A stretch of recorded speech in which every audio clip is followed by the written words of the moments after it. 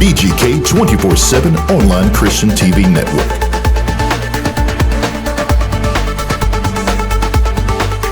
Making what was once impossible, possible.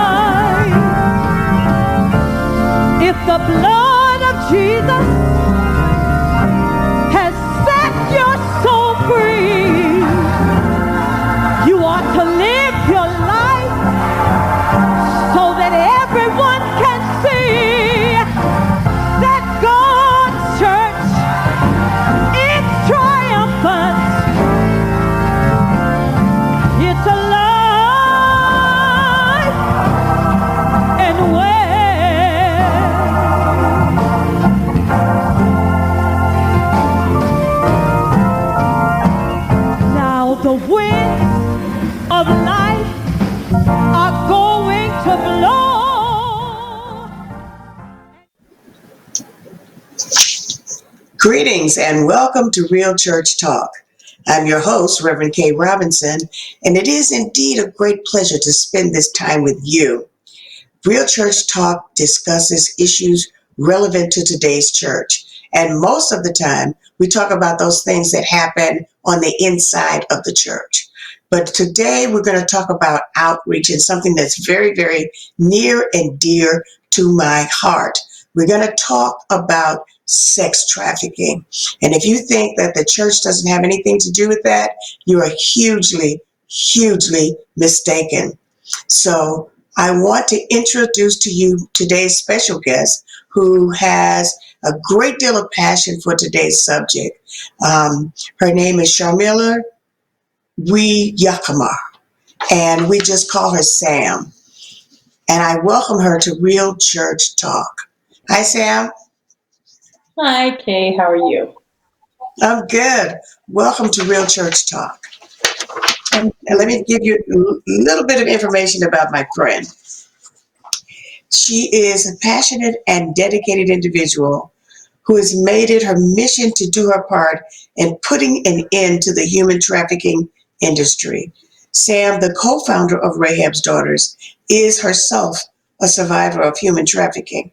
Rather than allowing her forced participation in this atrocious industry to destroy her, she spent the past 21 years trying to spread awareness, rescue survivors, show others who have fallen victim to the industry that there is light on the other side of this dark tunnel.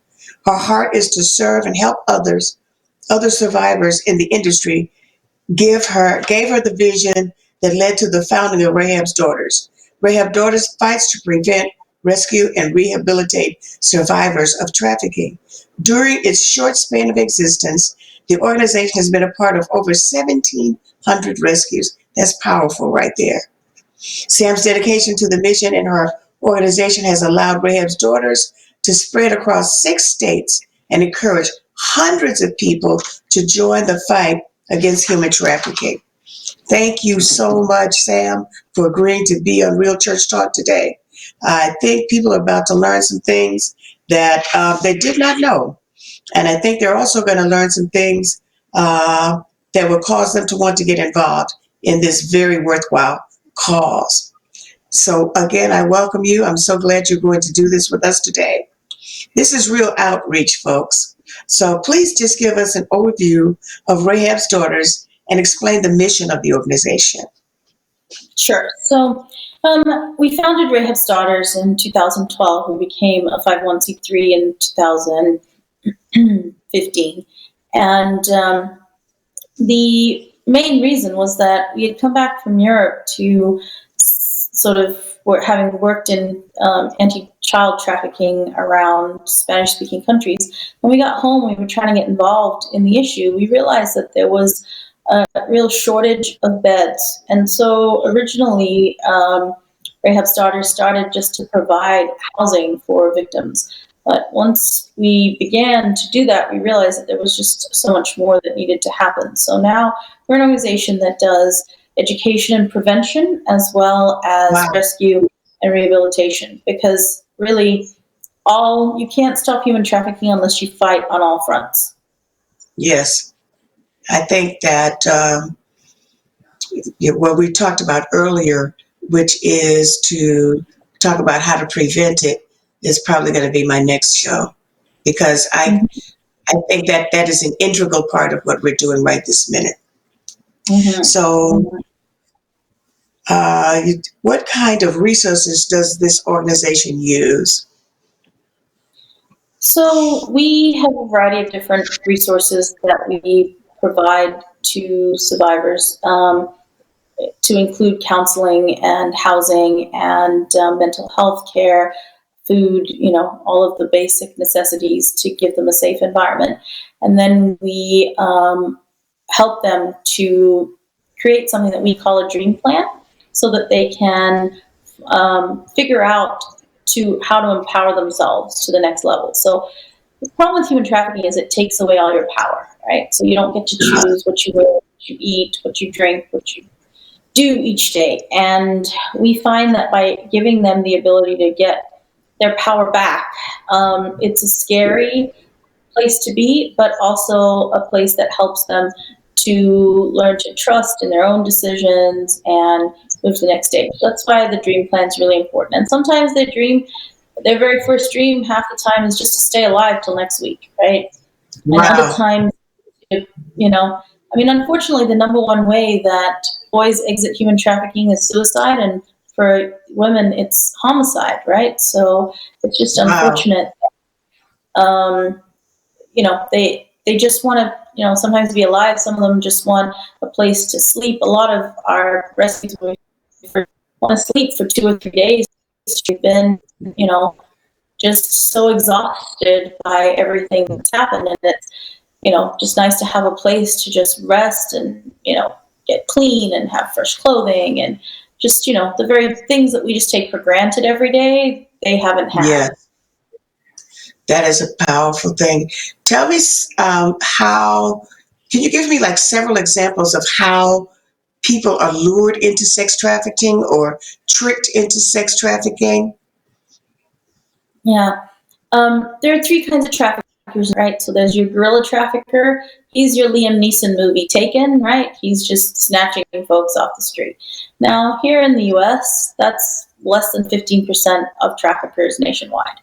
Our second Wow. category of traffickers is what we call our Romeo traffickers, and they're the ones who groom, and they groom through online apps, like Tinder, Tag, you name it, online games like Fortnite and Minecraft and other things like that. And they basically befriend folks, and they take their time. Sometimes it can be as long as 9 months or a year or more to groom.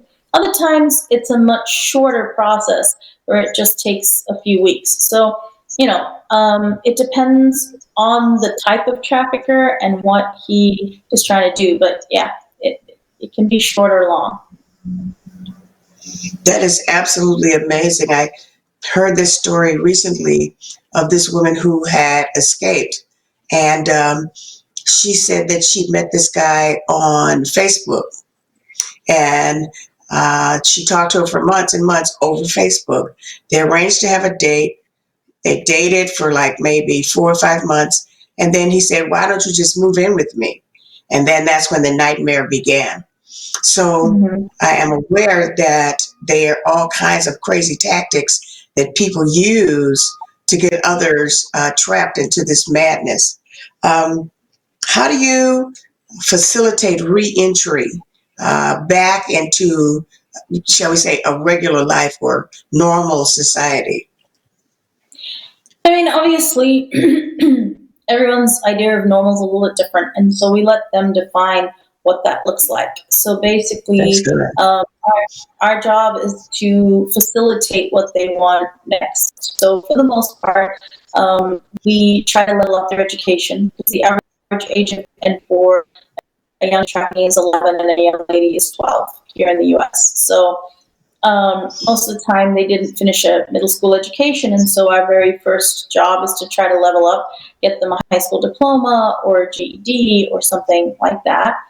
And then if they finish that and they want to continue their education, then part of the plan is to get them through college. So we had 66 young women graduate last year with a bachelor's or Wow. associate's degree, and we're, fingers crossed, we will have 43 this year graduate from college, and about 90 some graduate from high school or with a GED. So, but you know, it's time. So, you know, it's a process.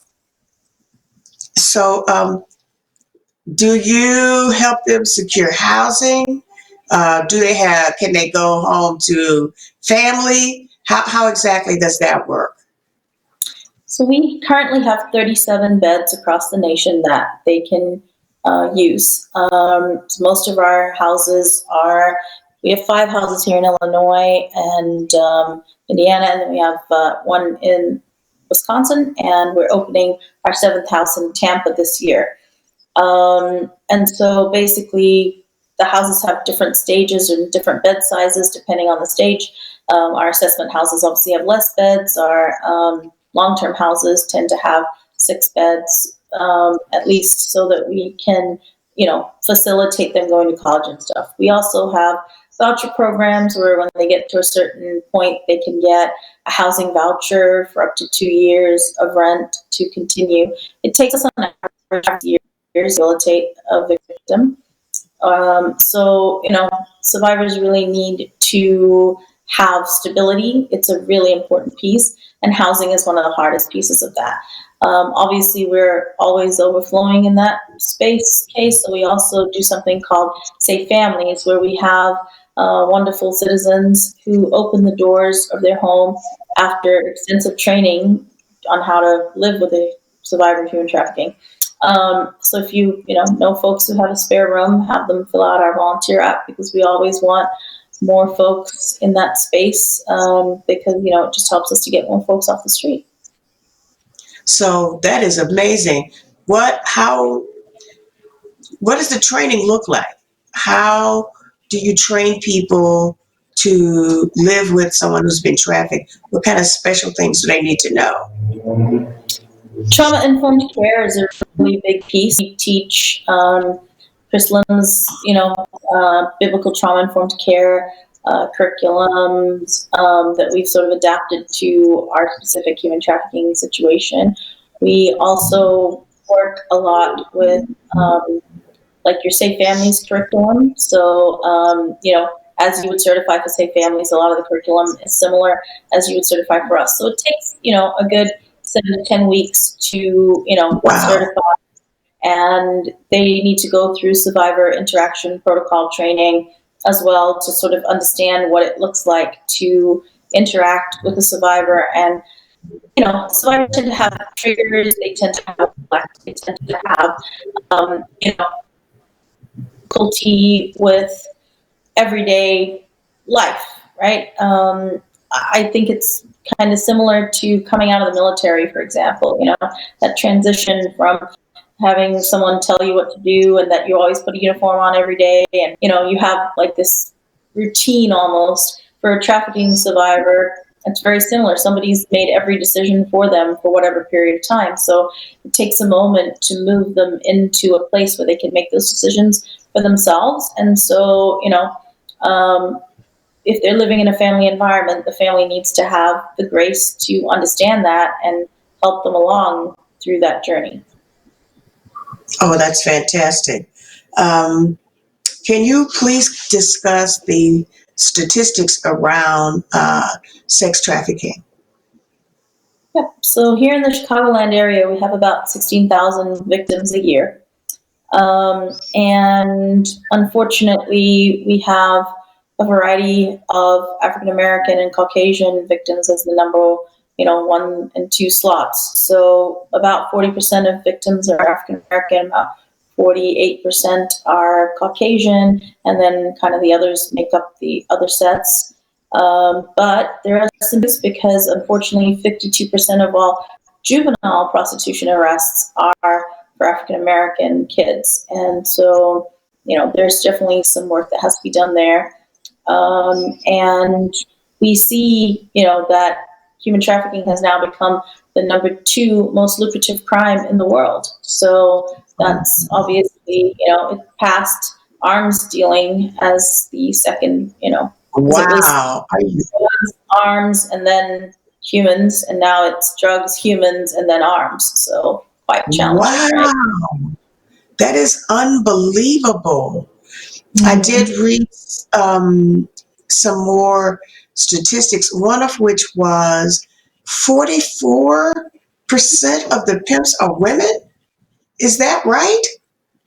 I mean, there are a lot of females. We call them madams. And yes, I mean, women are trafficking women.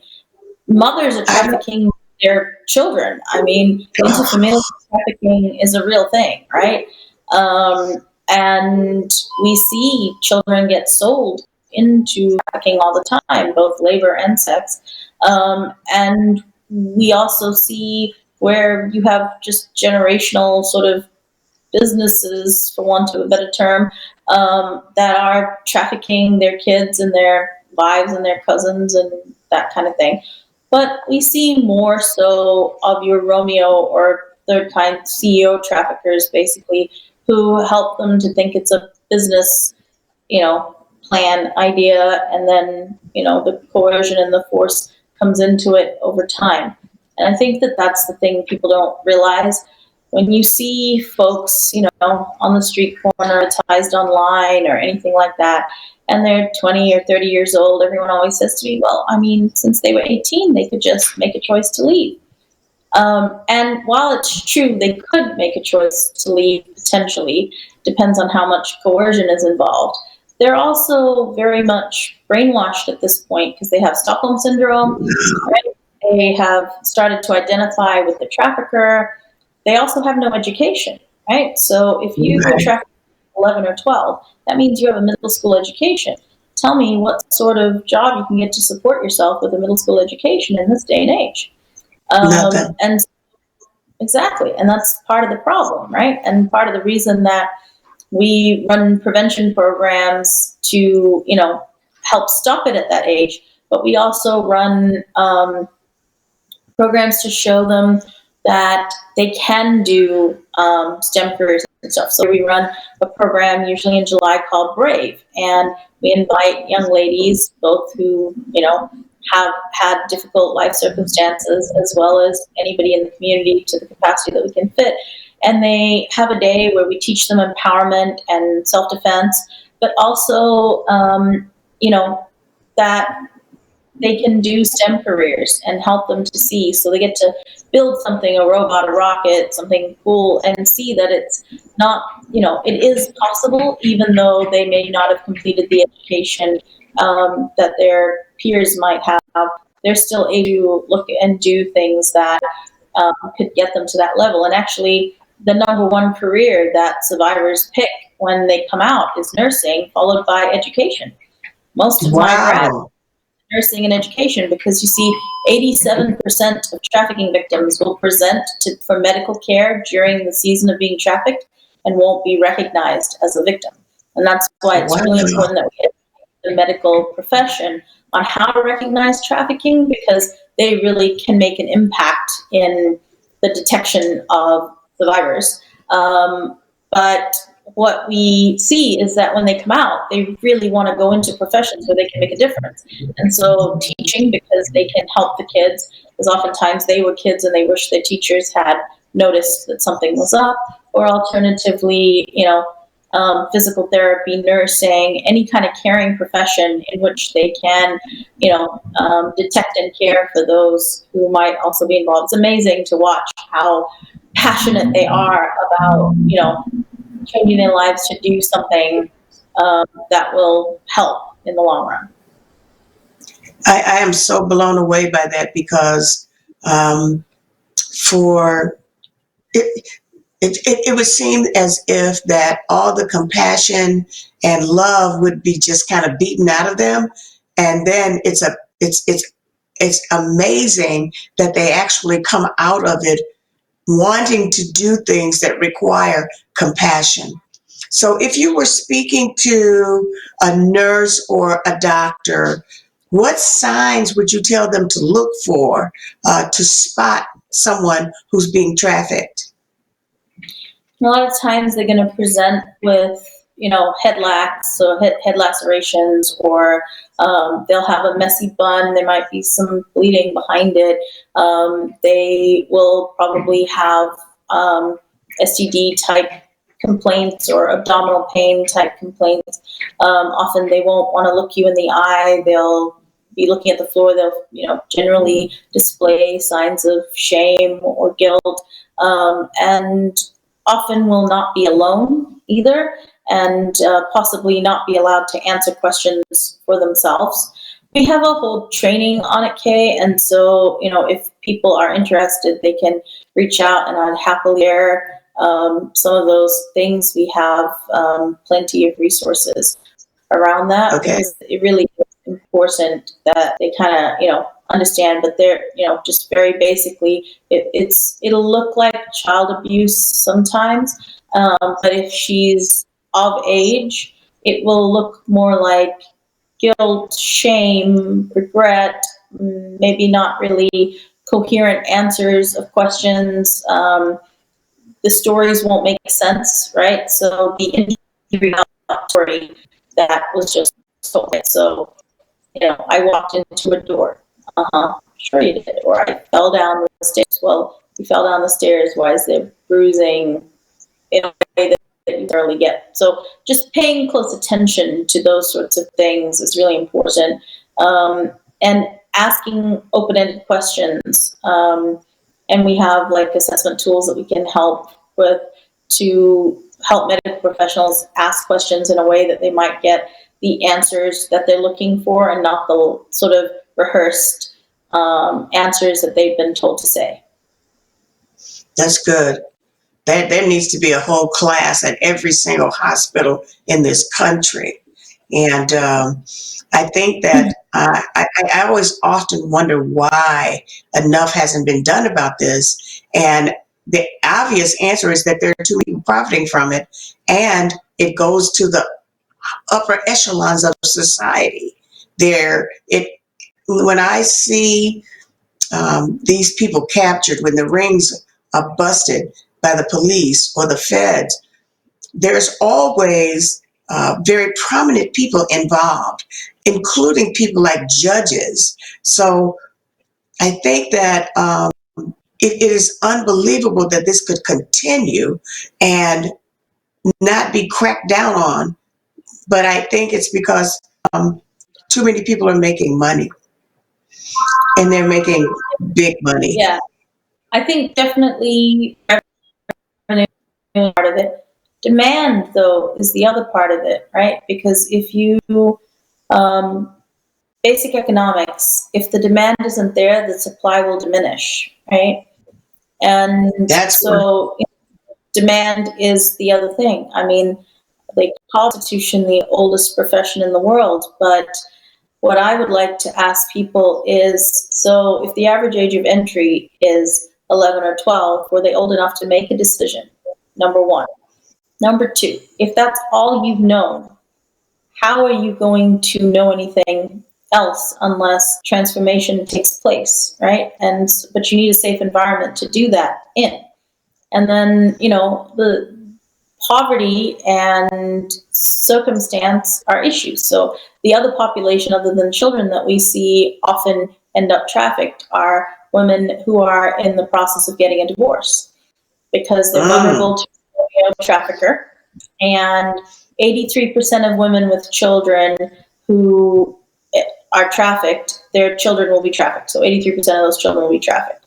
So then the challenge is that when the women are up against a rock and a hard place, and a guy comes along and he gives them attention and care, it's very easy for them to fall susceptible, and then they end up blackmailed, right? So these are the populations, especially in the suburbs, that we see a lot of, because we have a 50% divorce rate, right? So it's very easy for this to happen, and this is where people just don't realize that trafficking doesn't look the way it used to, right?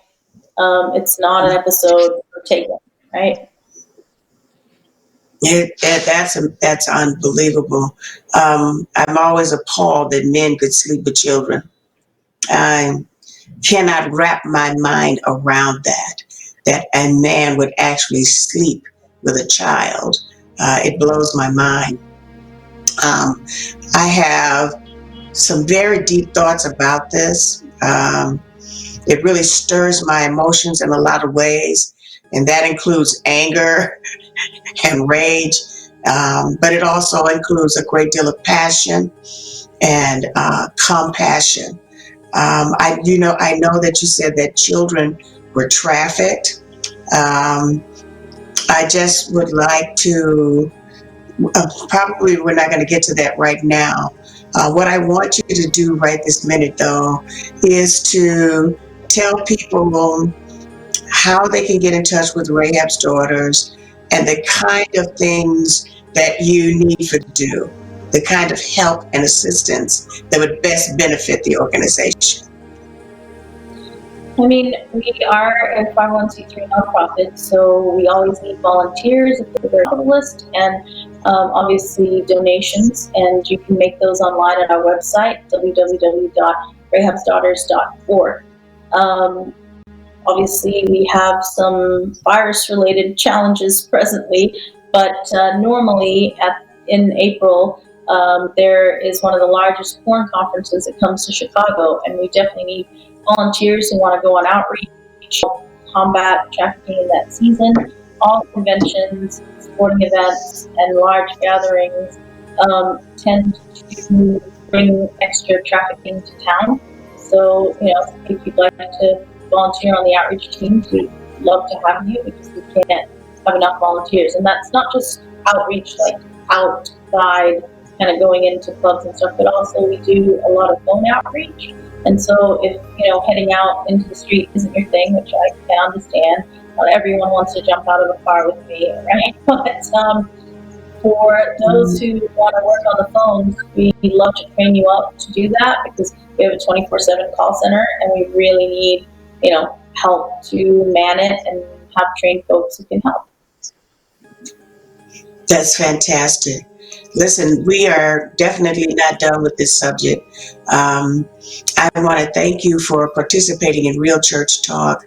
It has been eye-opening for me. I knew some things, but now am finding out even more things. So I'm going to pray us out, and we'll pick this up at a later time. So, Father, I do thank you for the opportunity to present your heart, God.